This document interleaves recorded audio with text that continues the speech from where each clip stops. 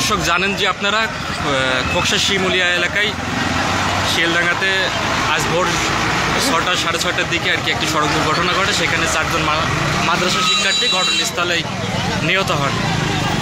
এই ঘটনার পরপরই সড়ক আটকে দেয় স্থানীয়রা এবং শতাধিক গাড়ির যানজট হয়। প্রশাসনের সাথে স্থানীয়দের বসাবসি এবং মীমাংসা করার পরে এখন গাড়িগুলো আসলে ছেড়ে দিয়েছেন তারা, এবং তাদের অনেকগুলো যৌক্তিক দাবি দাবা ছিল, সেগুলোর পরপরই আসলে গাড়িগুলো ছেড়ে দেওয়া হয়। এই ঘটনায় ওই মাইক্রো চালককে আটক করেছে পুলিশ, এমনটা আমরা জেনেছি।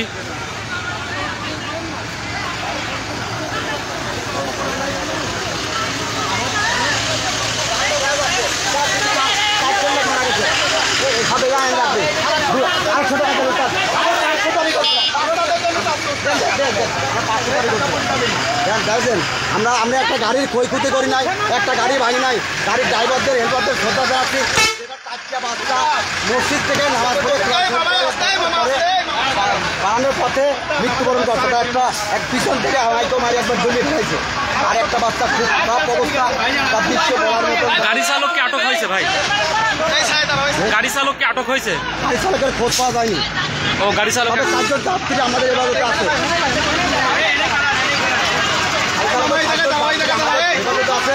আমরা তাদেরকেও হাতও দিই না এবং সম্মানের সাথে একটা বাইকে রাখছি, কারণ আমরা চাই না যে এলাকার মধ্যে অনৈতিক কোনো কিছু হোক।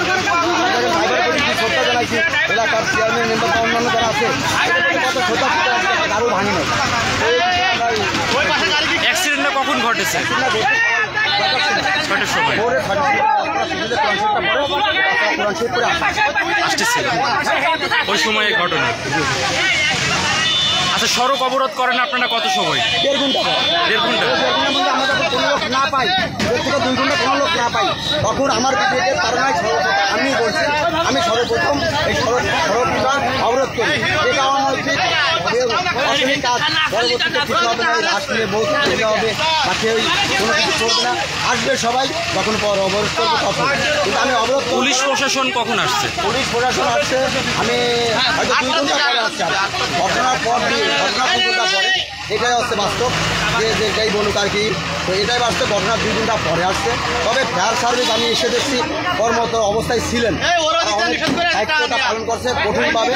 আমি ফায়ার সার্ভিসকে ধন্যবাদ জানাই যে আপনাদের। আপনাদের কি দাবি ছিল তাদের কাছে?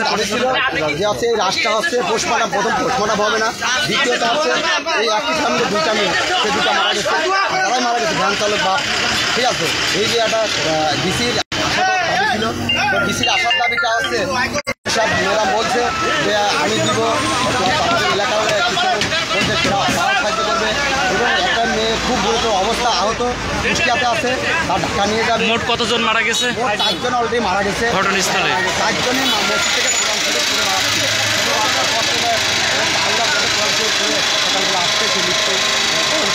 ড্রাইভারের গাফিলতির জন্য, এই ড্রাইভারদেরকে নিয়ন্ত্রণে চালানোর জন্য আমি প্রশাসনকে বলছি আপনারা অনেক পদক্ষেপ নেবেন। ড্রাইভারকে এখন আটক করতে পারেনি? ড্রাইভার এখনো পাওয়া যায়নি। ড্রাইভার কোথায় আছে আমরা জানি না, তবে 4 জন যাত্রী ছিল।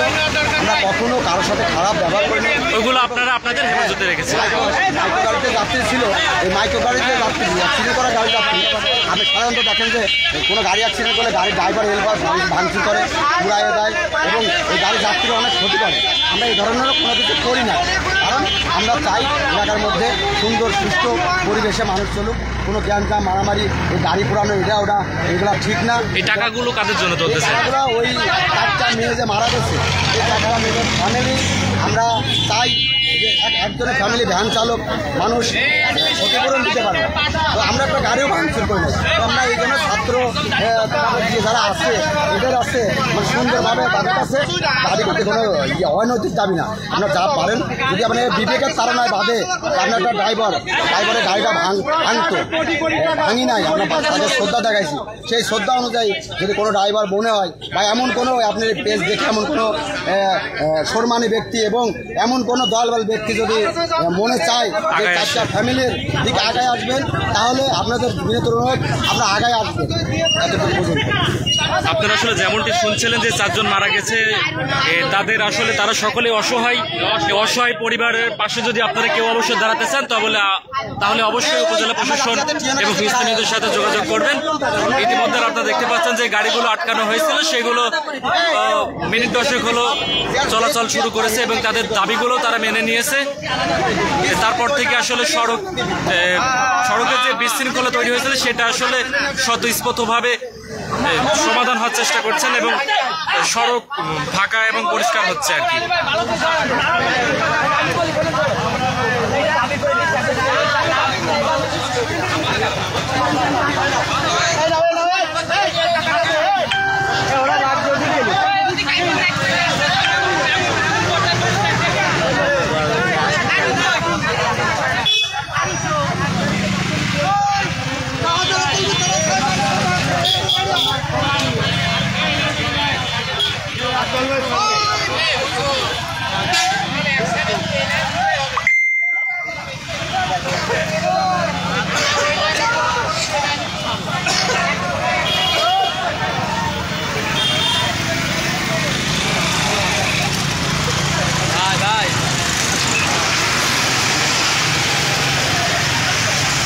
আপনারা আসলে জানেন যে এই সড়ক দুর্ঘটনা ঘটার পরপর থেকে কিন্তু স্থানীয়রা সড়ক অবরোধ করে দেয়। তারপর থেকে শতাধিক গাড়ির যানজট সৃষ্টি হয় আসলে রাজবাড়ী আঞ্চলিক মহাসড়কে। আধা ঘন্টা মতো হয় নাই, 10-15 মিনিট, আসলে 10-15 মিনিটের মধ্যে গাড়িগুলো আসলে সড়কে তারা চলাচল শুরু করেছে। এখন আসলে রাস্তার যে বিশৃঙ্খলা সেটা আসলে আমরা সমাধান হওয়ার চেষ্টা করতেছেন স্থানীয় প্রশাসন এবং স্থানীয় লোকজন আর কি।